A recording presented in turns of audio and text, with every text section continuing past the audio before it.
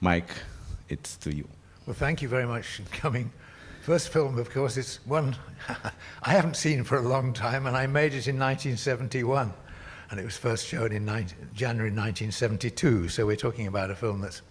And I couldn't have imagined, when I was making it, on a tiny budget, these 4 half-hour films could actually be then turned into a book, which we didn't think would be longer than just one edition, and has now been in print ever since.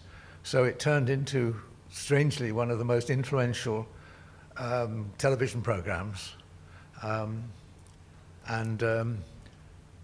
we made it on such a small budget that when you see John against a blue screen, we were actually we couldn't afford a studio, so actually we borrowed for nothing a warehouse in which we just take a little space in the middle, and it's surrounded by washing machines, fridges. It was a warehouse. So the first audience John was speaking to was this inanimate, huge warehouse of domestic appliances. And the other thing is that I did it against a blue screen because it was originally, at the moment, there's this new idea of color separation overlay. So if you had a blue screen, you could inlay into it all sorts of other images. And so I thought, well, let's shoot it against a blue screen, and then we'll be able to do this. But actually, because we did it on film, it wasn't accurate enough. So we could never inlay into the back of John all the images we had in mind. And so now people say that I deliberately put him against a blue screen, so it looked as if he arrived from heaven with tablets there was something kind of supernatural about him. And also it accounts for his rather strange shirt, which is also one of those things that people comment on more than anything else. Because he came to the filming of the first thing with wearing a blue shirt. Well, you can't wear a blue shirt if you have a blue screen, because then all the images would turn up on his chest. So I sent John out to go and buy another shirt.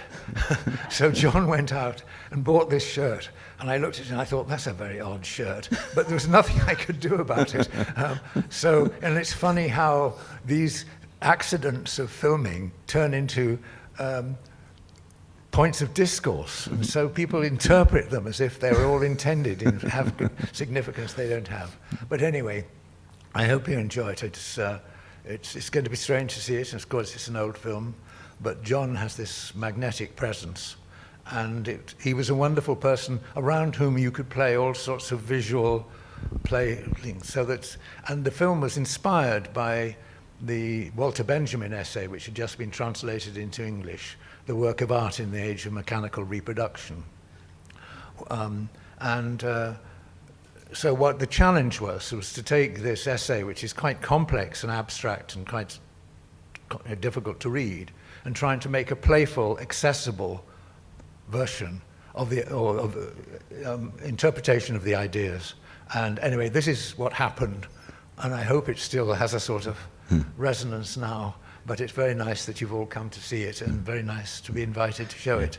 And the second film? And the second film was made much, much later, as part of a series I did about time, which John was involved in conceptually thinking about it.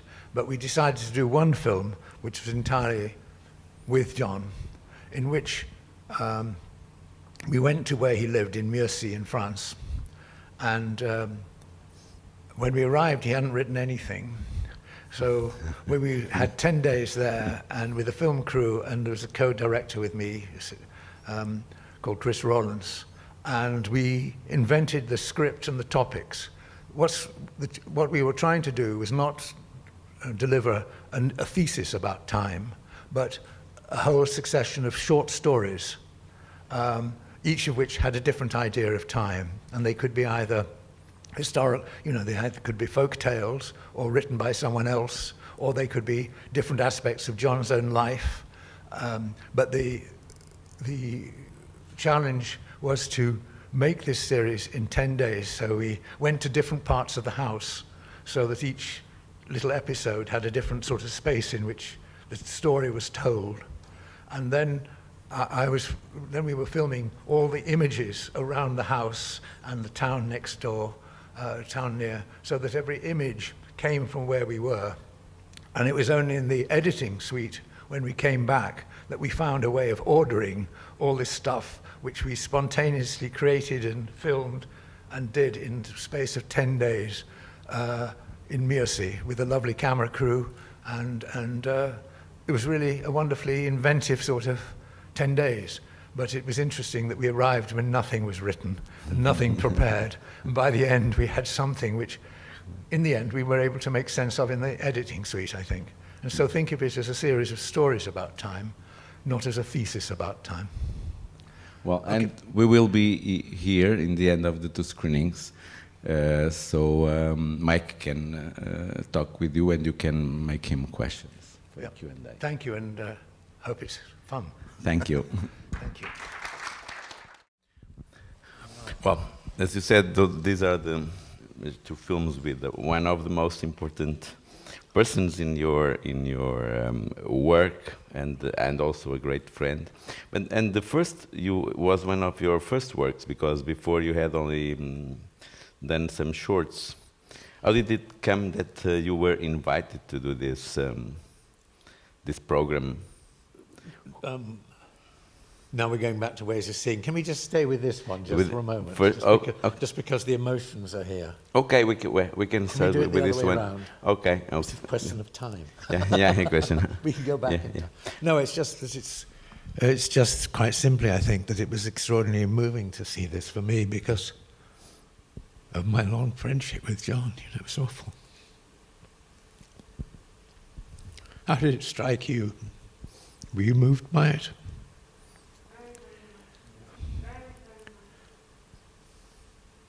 Yeah, it's funny. I mean, I suddenly, even talking about it, I'm just overwhelmed, really, with the memories I have. Gosh. You filmed everything. And of course, I'm now 81, so much of the film is about death and life and passing and memory and how one preserves it and how one is shaped by it. Okay, I've now got over. Let's talk about ways of seeing. We can stay Yes. with this one first, and then go back to ways of seeing. also- You filmed this in Quincy at John's house. And we just filmed it and invented it in 10 days. And we didn't really know the degree to which really the landscape was going to be a metaphor, in a sense, for the space of every story. And you can't know, when you just pan across to a cart, which is just there, how it'll work in relation to the telling of a story. But what I found was that somehow all the images we found in the landscape somehow belonged to the story which was being told over them, even though, of course, they weren't literal. And I think the very absence of it being literal often was the power of it. And that could only be discovered in the both filming of it and then the editing of it. And so in a way, it was a genuine journey of discovery. And then all the images had to come, they could come from books, or they could come from books of paintings that there were in the house. But there was something, I don't know, that 10 days was the most extraordinary 10 days I ever spent with John, I think. And John had previously published this book. Yes, but the book didn't seem quite, the book was just the point of departure. Everything had story he tells. Yes, everything had to be found inside the house. I'm recovered now, but I was just very moved by it myself, and because John had been accompanying my life really from a teenager, because I first read his essays or his journalistic writings about art. He had an art column in a journal called The New Statesman, a left-wing periodical, which I found, I don't know how I found it as a teenager, but I did. And it was John writing about art that somehow introduced me to politics. I mean, the journal was a political journal, but I started on the back. And so for me, it was very important to understand the way in which culture can take you into this space of politics and social concerns, rather than something being an adjunct to it. And I used to cut out John's writings and I put them in a folder. And I think it's and then when I bought one of his first books, the first book was A Painter of Our Time, which I read as a student going on a bus journey from London to Barcelona. And I read it completely on that journey. And then the next book was a thing called Permanent Red. And I bought it. And then I realized I had almost read every single thing in it because I'd cut out articles earlier. And I think it's quite rare for someone to, as a student, to discover a writer that affects you and then to meet them later and discover that actually, however different John and I were in so many ways, we found a wonderful way of relating to each other and working together and stayed close friends right to the end of his life. So I think I've been fortunate in somehow sharing my life with John in a sunny way and finding creative ways to work together and shaping something from that which still can resonate like this film does. I mean, his voice and his writing is so good, and I think Ways of Seeing, and I haven't seen it for so long, and I did think how just well he writes, how somehow he can articulate a thought in a way that completely engages you, and I think that's quality. So it was a wonderful voice around which you could play games with images and music and stuff like that. And and that was fantastic. And the way it develops his thoughts, yes. it's wonderful to see, and how he advances with his arguments. We can see that also. Yes, but we also, I mean, we end with that Caravaggio sequence, and the amazing thing is that I now know the little girl who is sitting on his right.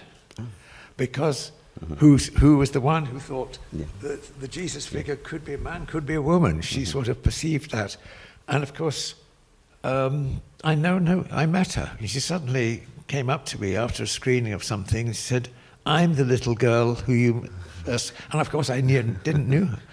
And she came to this screening of the Painted with My Hair, this last film.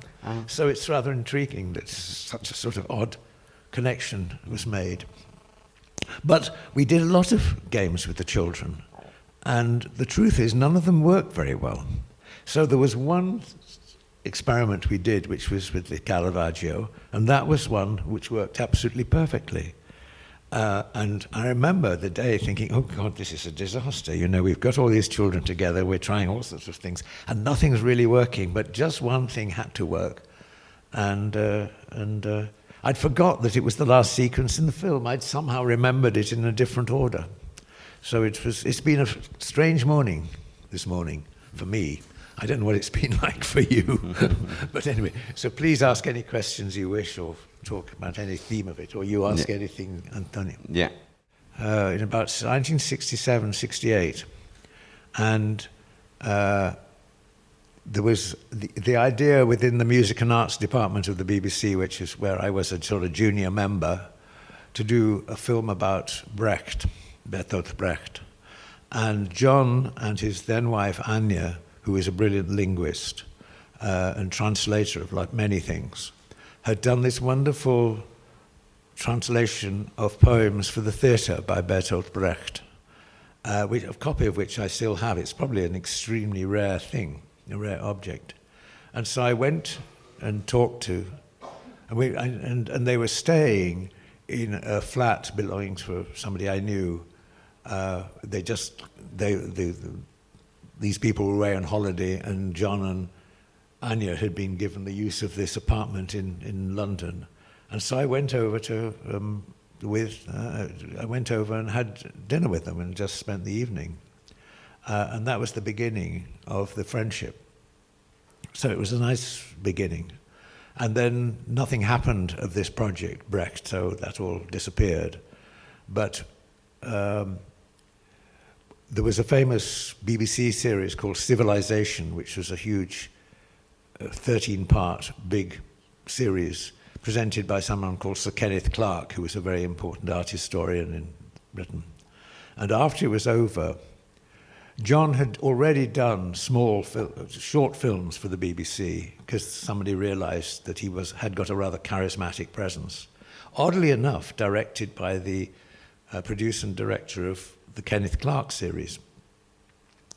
And after it, the head of the department had put up the idea of doing a series of 4 half-hour films with John on topics of his choice as a kind of response to the Kenneth Clarke series of Civilization.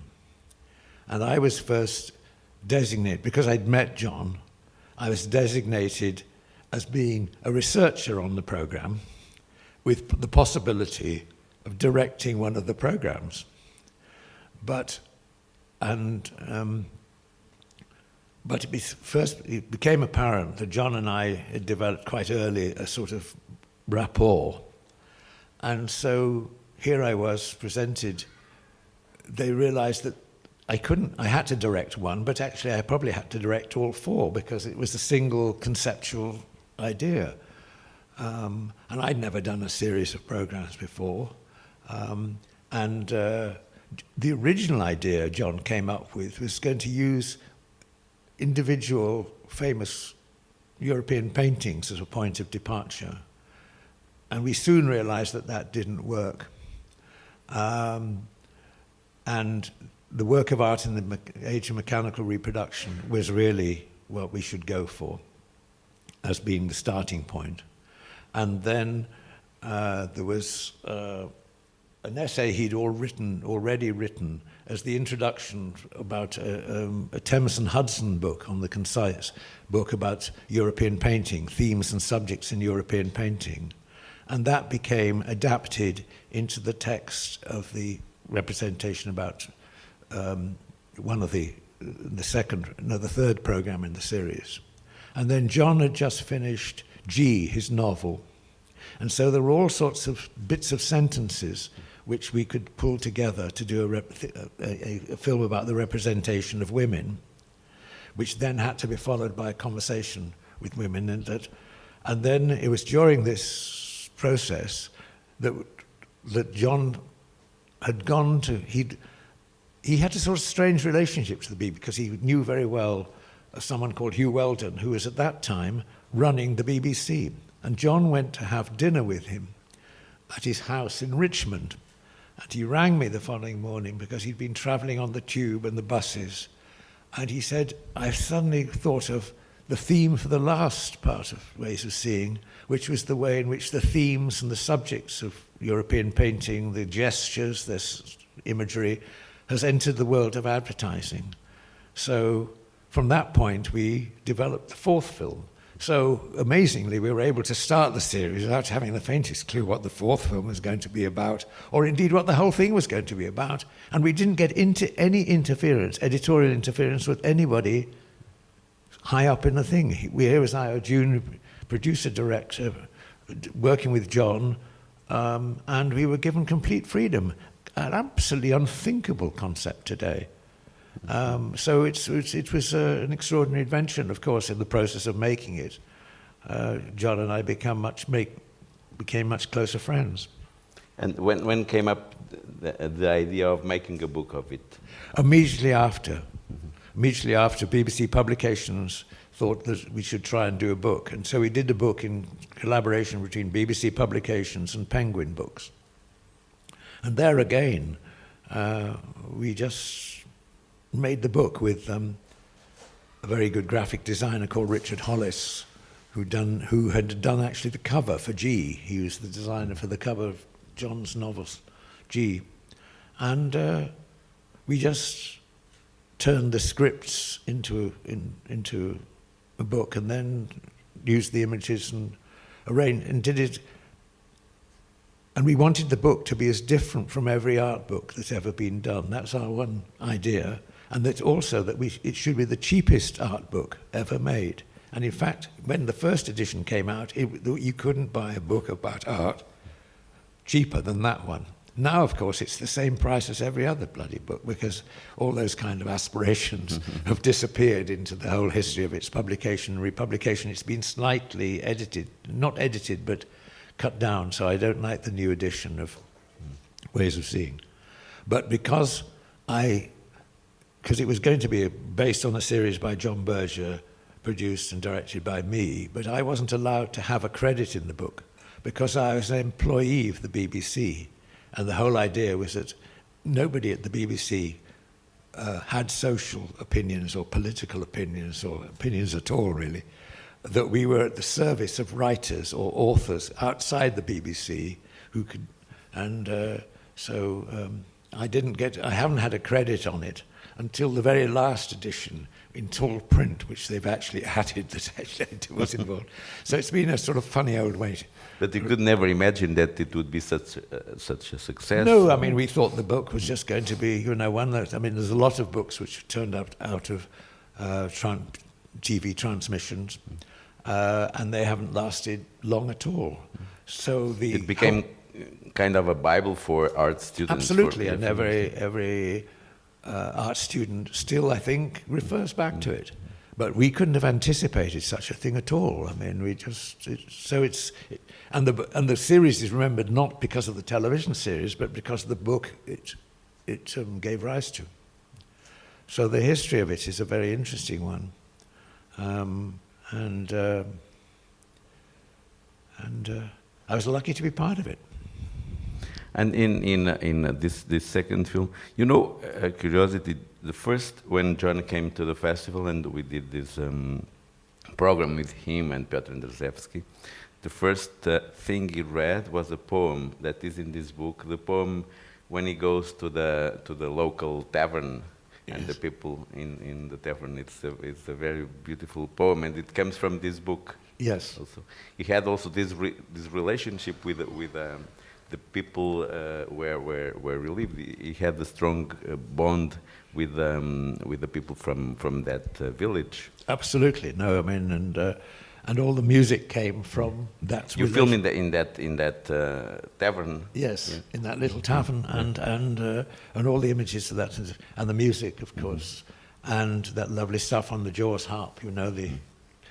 Which we use as the music really throughout, because it has a sort of sense of eternity. It seems like the first music you ever heard, or maybe the last music you'll ever hear. It wasn't defined by any cultural reference. It just was something about the sound of that which is almost just an extension anyway of the human voice, because of course it's created by putting this instrument into the mouth itself. So it's right like a kind of distortion of the human speech and the human breath turned into music. And the first film it almost starts with John and telling us about the vivid eye, and then in the second one when he tells us about the draw he made of his father, yep, he tells about the strongness of the last. Yes, and no, that was very good, and the other drawing, which is wonderful, of course, his son Yves did that drawing of the tortoise and the hare, and Yves is now a professional artist. That's what he's become. So he's a painter in his own right, but he showed a talent for painting, and I think that's child's drawing he does of the tortoise and the hare, which we filmed, is really an absolute magical sequence, because he's just completely inside this child's imagination. And when he draws the road on which the tortoise and the hare are going, and then he carefully does the little dots. I mean, I just thought that's absolute magic. And again, one of these things that happen spontaneously, you don't plan for them, and when they happen, you just are happy to have found a space where they can live on. And I just think it's still a lovely, lovely drawing.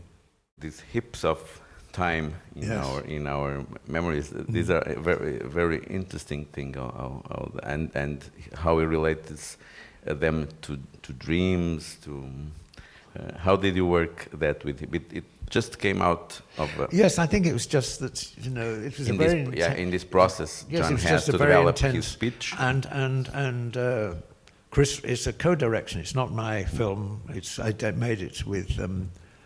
Well, it's a really shared film. I mean, I talk about it as if it's my film, but it's not really at all. I mean, I was co-directing it with someone called Chris Rawlins, who I was making the whole series with.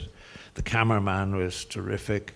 The film editor, Di Vaughan, was wonderful. And so, like all things, it's a real collaboration between John, his voice, everything we found in the landscape, everyone. So these are shared experiences which just coalesce into the film which we have seen, but an awful lot of people contributed to it. The authorship is never individual in these cases, and it's never individual in any of the films I've ever made. They're all a shared, collective creations and collaborations.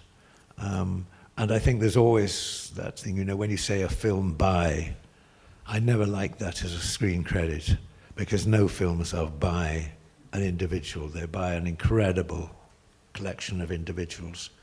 And it's just convenient to call a film director the author, but they're not. But there's very interesting in your process of working to put into everything that so you can see at the moment spontaneously and then bring it to the film. Yes, and it was just fun. There was a lot of laughs and things, but also things you couldn't predict. When he's reading that last poem by Akhmatova, I just suggested to the cameraman that at some point pan across to the fire, and fire. I mean, it wasn't relevant. If you'd cut away to it, it would be suggesting that you were making it the explicit metaphor for the poem. But if you just pan across it and then go down into the flames, you end on the flames, it somehow belongs to the moment at which the poem is read in a way that seems organic to the experience of it happening at that moment. And it's amazing how you read into the frames of that last image the resonance of the poem, which it wasn't really illustrating, but it was there present at the moment of reading, and somehow the two things conjoin in a way that was somehow very expressive. But you can only discover that in the act of making it and editing it. You can't theoretically know that that's right. It's only right if the experience when it's happening and when it's shown on the thing works, and I hope it did in enough cases do that. Questions? Do you all know John's work? I mean, also it's all in English, so I'm here. Am I in Portugal? Yeah, but there are many John's books translated into Portuguese. This one is translated by a Portuguese poet. It's E no teu rosto, o meu amor, fugazes como fotografias. But it has got a long title. G was translated. Here is Where We Meet is translated. And recently they have also translated even books with small text that appeared in newspapers, like the one that I told you about. Right. So you wrote about Yasmin. His Ways of Seeing? Yes, and Ways of Seeing has been out of print for a long time, but I think now there is a new edition that you can... There's certainly one in Spanish, Modos de Ver. It's Modos de Ver in Portuguese as well. It's Modos de Ver. Yeah. And I just wondered whether that counted as, part of the Iberican peninsula that actually, that one translation into Spanish can be read by Portuguese people. Yeah, it can, but no, it was translated very many years ago. Most of my friends that were attending the faculty of Beaux-Arts, it was a Bible for them. Right. And when it was out of print, people made the xerox it to read it that way. Yeah. Right. And one thing I should just mention also is that, later in the afternoon, they're showing the last film I made, which is called Painted with My Hair, to which there is a John Berger connection, because I made it over several years, and so John knew about the project before he died. And I'd shown him all these tiny little paintings, these postcard-sized paintings made by this prisoner with brushes from his hair and colours synthesized by sugar coatings from M&Ms and Skittles, all created in the appalling context of solitary confinement over many years. And John, and we've also recently in London had an exhibition of these little paintings related to the moment of the film's transmission. And before he died, John gave me a check, not a huge check, but a significant check. And he said, "This, Mike, is for an exhibition of these paintings, if ever such a thing can happen." So John stayed with me to the end. Well, see you at 4. We have to finish now. See you at 5:45 here for this film. Thank you so much for coming and sharing what is, I have to say, for me it's been rather an emotional occasion, which I didn't anticipate quite. I thought, I'd have a dispassionate view of these things, and I'm afraid dispassion isn't quite my forte, I think. Thank you so much for coming and sharing this experience.